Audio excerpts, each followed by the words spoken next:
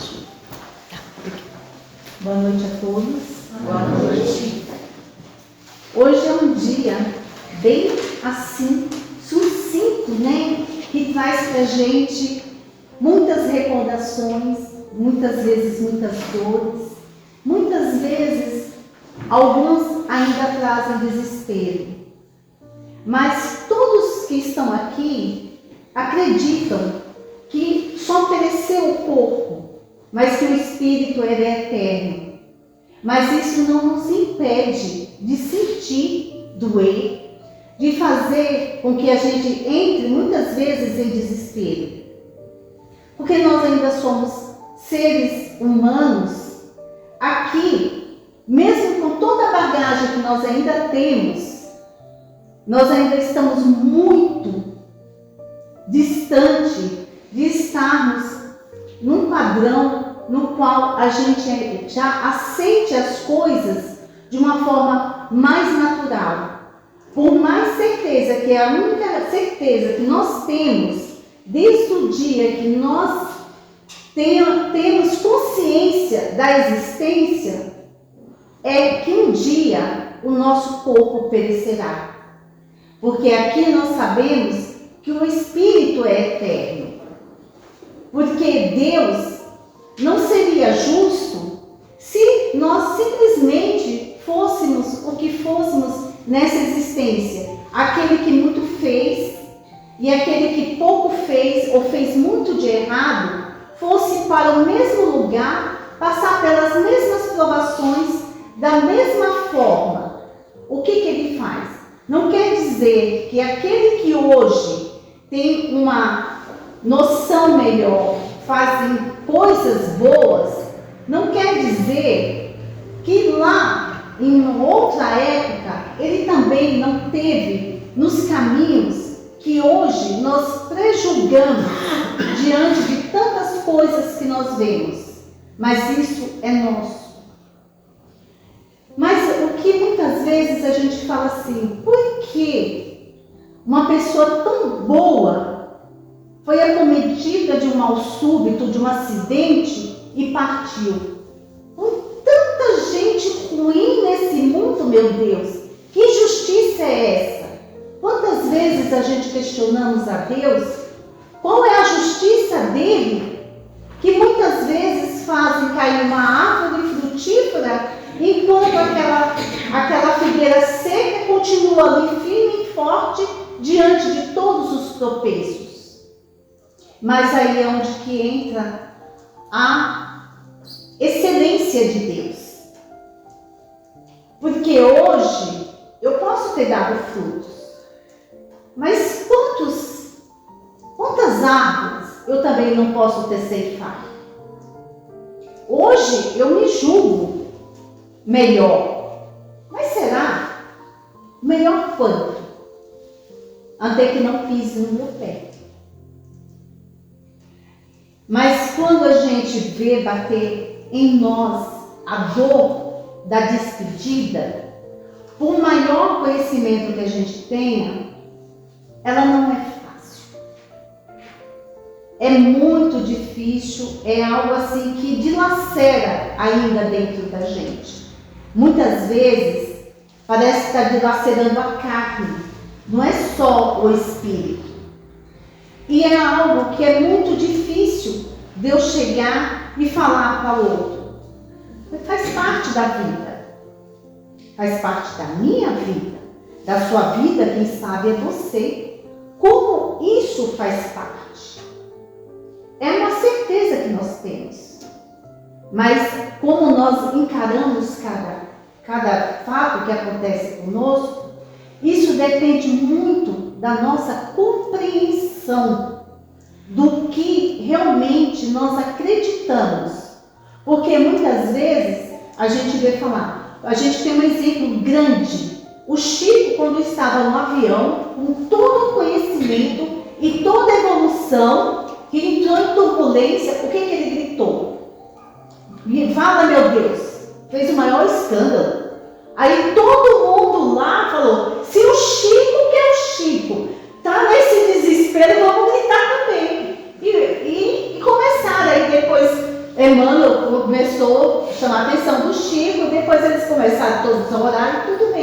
Mas e nós? Como diz ele, se ele é um cisco, o que sou eu? Não quero nem saber. Porque é um assunto muito assim, delicado de se falar. Porque às vezes você vai falar para uma pessoa algo que ela não está no momento dela ouvir.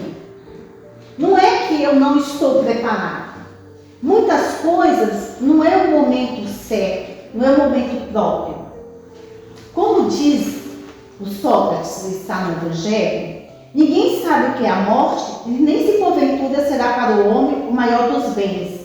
Todos a temem, como se soubesse ser ela o maior dos males. E é uma realidade. Porque quem perde um ente, muitas vezes a gente vê pessoas sofrendo, defiando, mas é o nosso egoísmo de manter ali a presença física ainda é muito grande. E muitas vezes a gente prefere ver o sofrer presente do que a recuperação temporária que não é ausente. Porque quando nós voltamos à parte espiritual, todos nós vamos passar por um tratamento. Porque tudo isso, do mesmo jeito que o nascer precisa de uma preparação, o renascer na espiritualidade também precisa. E nós, por mais que a gente fala, será que nós já estamos preparados? Eu ainda não estou. No Evangelho, com a lógica e a mais rigorosa justiça, o homem é filho de suas obras durante esta vida e após a morte. Ele não deve nada a favor. Deus recompensa pelos seus esforços e pune pela sua negligência. E o Espiritismo fala que a morte é apenas a destruição do envoltório material, que a alma abandona, como faz a borboleta quando abandona a crisálida. Ela sai, deixa de ser lagarta e pega a leveza para poder voar. E assim somos nós, dependendo, de onde nós vamos voar. Porque, como a gente conhece pelas literaturas, pelas obras, principalmente do Chico, que deixa bem claro, a gente pensa muitas vezes que a gente está caminhando no salto alto, na passarela, e às vezes a gente não está. Às vezes a gente está pegando o salto e passando por cima do outro para poder ver se fica mais alto. Porque muitas vezes a gente pensa assim, mas eu já sei, meu lugarzinho, porque antigamente falava muito isso, meu lugarzinho já está guardado lá no céu. Como a gente tem algumas religiões, vende o terreno no céu. E quantos de nós ainda não acreditamos nisso? Porque mesmo a gente vendo dentro da doutrina, porque muitas vezes eu adentro a doutrina, mas eu não deixo o Espiritismo adentrar dentro de mim. Porque eu ir ao centro, eu fazer uma palestra, não quer dizer que eu sou melhor ou tenho mais conhecimento do que qualquer um. Porque quer dizer que eu sou um aprendiz. Isso daqui é uma tarefa para o meu melhoramento. Porque para mim vir aqui, eu tenho que buscar.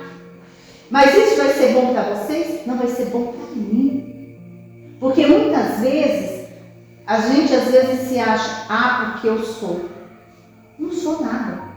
Nós estamos aqui de passagem. Mas que a gente possa deixar perfumes. Porque é muito difícil quando a gente precisa fazer a despedida.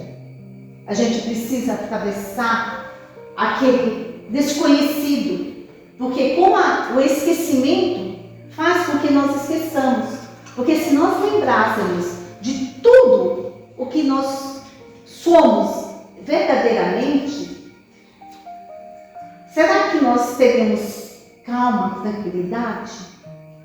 Porque nós sabemos, nós já estivemos lá. Será quantas encarnações cada um de nós já tivemos? Eu não sei quantas eu tive, mas deve ter sido muitas, porque eu ainda preciso de mais umas 300. Porque eu sei que eu preciso me policiar muito, eu preciso parar minhas arestas, porque falar assim é fácil, mas não é dentro da minha casa perguntar para os que convivem comigo. Porque muitas vezes a gente fala, fulano, nossa, coitado. E às vezes lá dentro de casa o pessoal, graças a Deus. E assim, e muitas vezes a gente não percebe tudo isso. E tudo isso que a gente cria em nossos lares, não importa se é ambiente de trabalho, porque quando a gente passa 8 horas dentro de um lugar para trabalhar, também lá é uma família que a gente adquire. E como nós estamos sendo lá? Então, por isso que a gente tem que pensar, porque cada pessoa, ela tem uma forma de encarar. Eu não posso questionar a forma que a Hélia encara essa passagem, esse retorno à pátria espiritual. Ou mesmo a Teresa. Ou você, né, Écio, que ficou morrendo aí, com medo aí, de ir embora, né? Achou que a gente ia estar aqui rezando por você, mas não é, né? Não chegou sua hora. Você ainda tem muito que trabalhar. Tem que pagar as contas, meu filho. Então, aí, que nem no Livro dos Espíritos, na questão 150, a alma após a morte conserva a sua individualidade, sim. Ela faz parte de nós. O que seria se a perdesse? Porque quantos santos, tirando os domésticos, que quando desencarna, colocados, fazem até altares dizendo que são santos. E às vezes a pessoa acredita tanto, e quando chega lá, pelas literaturas, que eu não lembro de quando eu estava lá, é muito desesperador. A gente vê aquele filme Nosso Lar, aquela novela A Viagem, e quantas coisas a gente vê. Porque é muito difícil. Naquela novela Viagem, quando cremaram o corpo daquele menino que fez aquele papel horrível, ele ficava em desespero. Hoje, muitas pessoas aceitam melhor a cremação. Mas quando nós ainda acreditamos que a minha alma habita até os meus ossos, eu não aceito a cremação, porque eu acredito que eu vou ficar lá. E como a gente ouve muitos relatos e nas literaturas de muitos espíritos que entram em desespero, que não aceitam abandonar o corpo e vê a putrefação, os vermes ali. Por isso que a gente tem que procurar nos melhorar, para que nós possamos fazer uma passagem e ajudar aqueles que estão à nossa volta. Tem também o pessoal que acredita na ressurreição, né? Eles não querem que seja queimado, né? Porque acreditam que um dia o corpo vai sair e vai retornar para encontrar com Jesus aqui, né? Então eles não querem que seja queimado. Sim, tem uma religião aqui que a Testemunha de Jeová, de uma forma geral, mas a Testemunha de Jeová acredita no reino, é Testemunha de Jeová no reino de Deus, que os corpos que morreram, eles vão ressuscitar. E isso não dá. É igual falar, o único caso que pode dizer que houve ressuscitamento, mas não houve porque era cadeira de si, é o de Lázaro. Porque Jesus, ele se materializou.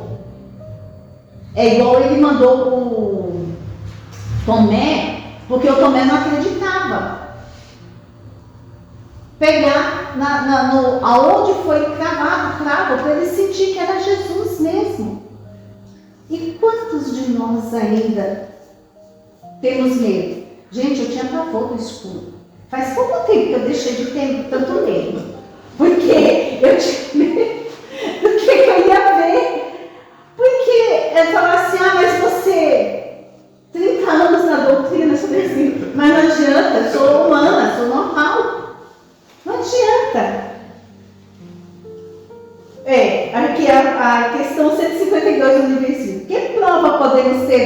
individualidade da alma depois da morte? A comunicação que recebeis dos Espíritos é uma prova. O Espírito não é como uma gota d'água que cai no oceano e perde na sua individualidade. Nós, cada um, continuamos com a nossa essência.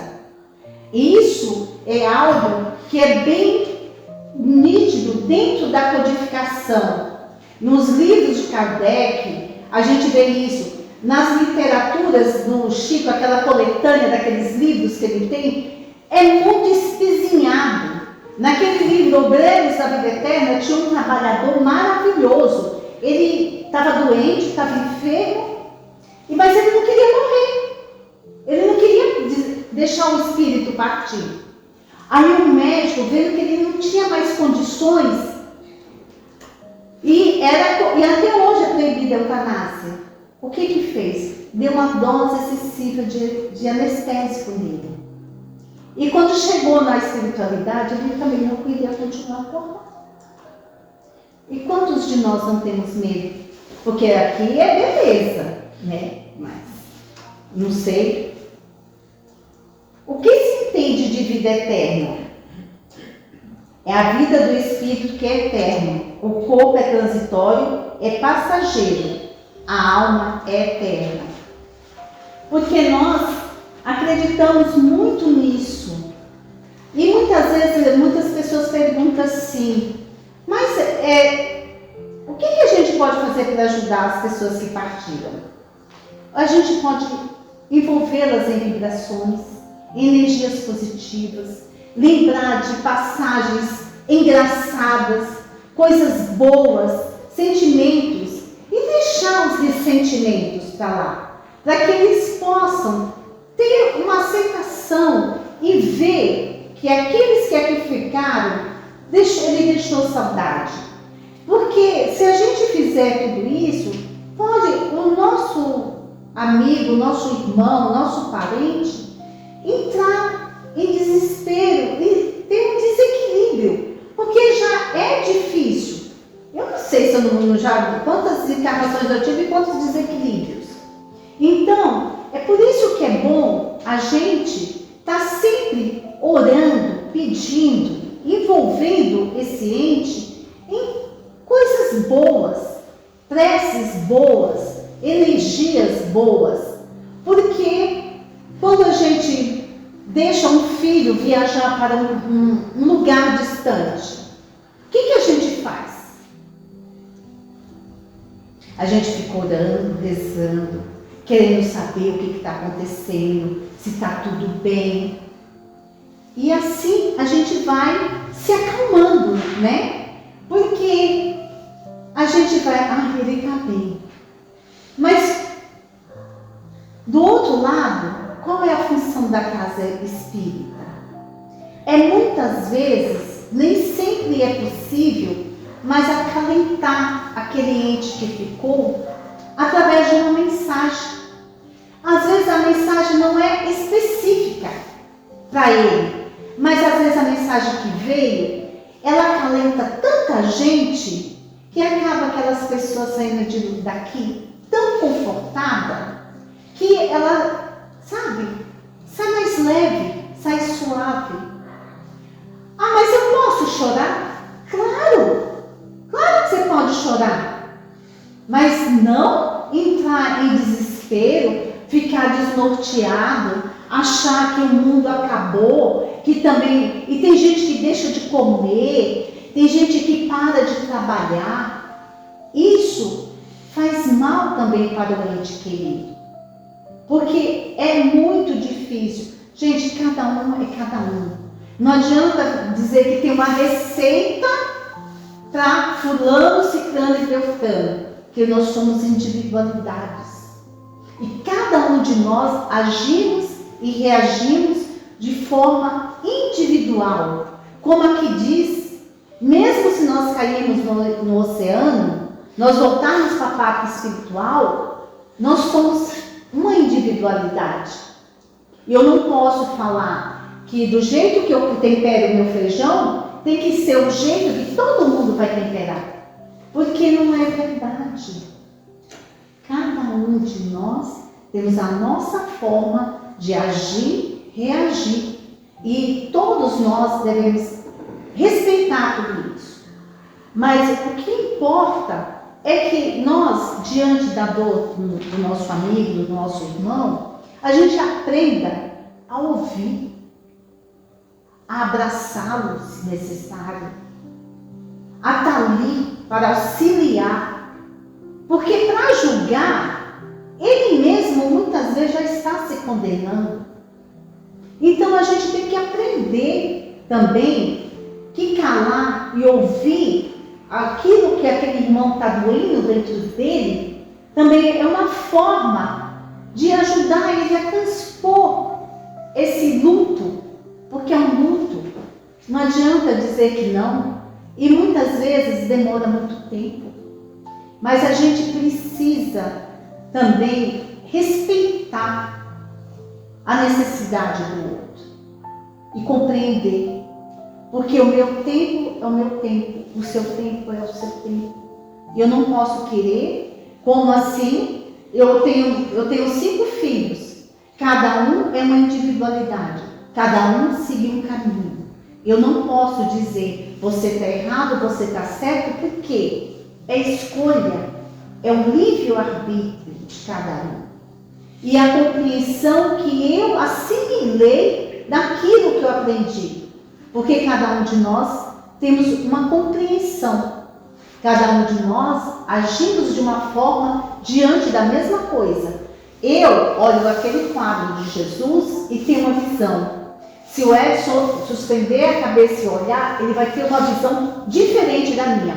O Valtinho vai ter outra também diferente da minha e a do Edson. E assim cada um. Por quê? Mas ele está ali, na essência ele está ali. O que muda é o meu ponto de vista. É o ponto de vista do Edson, do Valtinho, de cada um que olhar para lá. Porque tudo depende do meu ângulo. Porque é fácil eu prejulgar de onde eu estou, da forma que eu estou, de como eu estou. Mas eu não sei a dor do outro. É igual quando às vezes eu tinha um problema nos ombros, né? Ligamento e tendão. Às vezes me falta conta, amor, o que você tem? Estou dormindo. Não, você está gemendo de dor. Eu dormia gemendo, porque era uma dor insuportável. E muitas vezes o outro está ali preocupado com a gente. Quer dizer que ele me acordou do meu sono, mas por uma preocupação. E muitas vezes também a gente, na ânsia de ajudar o nosso irmão que está passando por um problema de um luto, de uma perda, às vezes a gente pode ser indelicado. Porque é muito difícil a gente saber até que ponto a gente pode ir com o outro. E é muito coisa. Aqui eu peguei uma historinha do Richard Simonetti. Quem tem medo da morte? Eu não é uma escabrosa, não. É uma historinha legalzinha, gente. Joias devolvidas. Eu acredito que muita gente já ouviu essa história. Existe uma palavra-chave para enfrentarmos com serenidade e equilíbrio a morte de um ente querido? Submissão.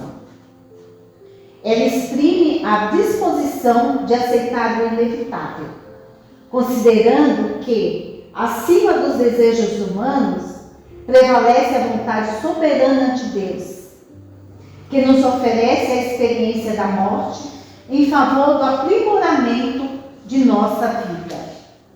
A esse propósito oportuno recordar a antiga história oriental sobre um rabi, pregador religioso, judeu, que vivia muito feliz com sua virtuosa esposa e 2 filhos admiráveis, rapazes inteligentes e ativos, amorosos e disciplinados. Por força de suas atividades, certa vez o rabi ausentou-se por vários dias, em longa viagem. Nesse interim, um grave acidente provocou a morte dos 2 moços. Podemos imaginar a dor daquela mãe. Não obstante, não era uma mulher não obstante, era uma mulher forte. Apoiada na fé e na inabalável confiança em Deus, suportou valorosamente o impacto. Sua preocupação maior era o amado. Como transmitir-lhe a terrível notícia? Temia uma comoção forte tivesse funestas consequências, porquanto ele era portador de perigosa insuficiência cardíaca. Orou muito, implorando a Deus uma inspiração. O Senhor não a deixou sem resposta. Passados alguns dias, o Rabi retornou ao lar. Chegou à tarde, cansado após longa viagem, mas muito feliz. Abraçou carinhosamente a esposa e foi logo perguntando pelos filhos. Não se preocupe, meu querido, eles virão depois. Vá banhar-se enquanto preparo o lanche. Pouco depois, sentados à mesa, perguntavam comentários do cotidiano, naquele doce enlevo de cônjuges amorosos após breve separação. Os meninos estão demorando. Deixe os filhos. Quero que você me ajude a resolver um grave problema. O que aconteceu? Notei que você está abatida. Fale. Resolveremos juntos, com a ajuda de Deus. Quando você viajou, um amigo nosso procurou-me e confiou à minha guarda 2 joias de incalculável valor. São extraordinariamente preciosas. Nunca vi nada igual. O problema é esse. Ele vem buscá-las e não estou com disposição para efetuar a devolução. Que isso, mulher? Estou estranhando o seu comportamento. Você nunca cultivou vaidades? É que jamais vira joias assim. São divinas, maravilhosas, mas não me pertencem. Não consigo aceitar a perspectiva de perdê-las. Ninguém perde o que não possui. Retê-las equivaleria a roubo. Ajude-me. Claro que eu farei. Iremos juntos devolvê-las hoje mesmo. Pois bem, meu querido, seja feita a sua vontade. O tesouro será devolvido. Na verdade, isso já foi feito. As joias eram nossos filhos. Deus, que nos concedeu por empréstimo a nossa guarda, veio buscá-los. O Rabi compreendeu a mensagem e, embora experimentando a angústia que aquela separação lhe impunha, superou reações mais fortes, passíveis de prejudicá-lo. Marido e mulher abraçaram-se emocionados, misturando lágrimas que se derramavam por suas faces mansamente, sem burburinhos de revolta ou desespero, e pronunciaram em uníssono as santas palavras de Jó: Deus deu, Deus tirou, bendito seja o seu santo nome. É muito difícil, mas é a única certeza que nós temos da vida. Nós sabemos que vamos morrer, não sabemos como, e temos a certeza que iremos voltar.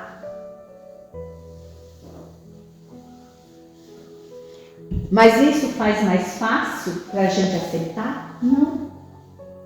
A dor minimiza? Não. Ah, mas como não? Sabendo de tudo isso? Porque a nossa fé em Deus é grande, mas não grande o suficiente de acreditar que aquele nosso irmão, aquele nosso filho, nosso pai, a nossa mãe, ela cumpriu a missão dela. Ela veio e fez todo o ciclo que ela tinha se comprometido. E nós estamos aqui porque nós ainda temos uma missão a cumprir. E que nós não sejamos aqueles que simplesmente abandona o barco. Porque muitas vezes a gente vê o desespero chegar até a gente e nos assambarcar. E muitas vezes eu olho o meu sofrimento, mas eu esqueço de que todos estão ali também sofrendo. Porque muitas vezes, diante da minha grande dor, eu acredito que ela é muito maior do que do outro. E quantas vezes a gente tem 5 filhos, perde um e acaba negligenciando os 4 em prol daquele que já pereceu. E assim, muitas vezes a gente faz, porque a gente se prende tanto na dor que a gente acaba se perdendo. Mas quando a gente aprende um pouquinho dessa doutrina, a gente aprende que é só manter breve, que logo nós estaremos todos reunidos, porque nós viemos com uma missão, um compromisso e uma programação. Graças a Deus que nós temos o véu do esquecimento, mas isso não impede que se faça cumprir tudo aquilo que foi designado por Deus, porque Ele é o nosso maior. Ele é que sabe a hora de nascer, morrer, florescer. E quem somos nós para dizer? Eu lembro uma vez quando a minha filha ainda era adolescente, ficou grávida, teve um médico que foi, aí a gente sempre quer saber que o médico dê a data exata do nascimento. Aí ele falou assim, ela tinha 16 anos, hoje a minha neta está com 20. Ele pegou e falou assim, eu posso te dar uma previsão, mas a única certeza que pode dar somente Deus. E é uma realidade, porque muitas vezes a gente acredita nisso.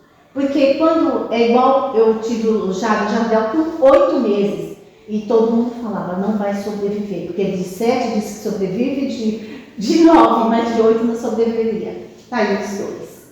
Então, quem foi que fez tudo isso acontecer? Através dos médicos, o agir de Deus. E a gente tem que aprender a confiar, ter fé, acreditar e saber que nós temos todos uma missão a cumprir e que nós não desistamos por falta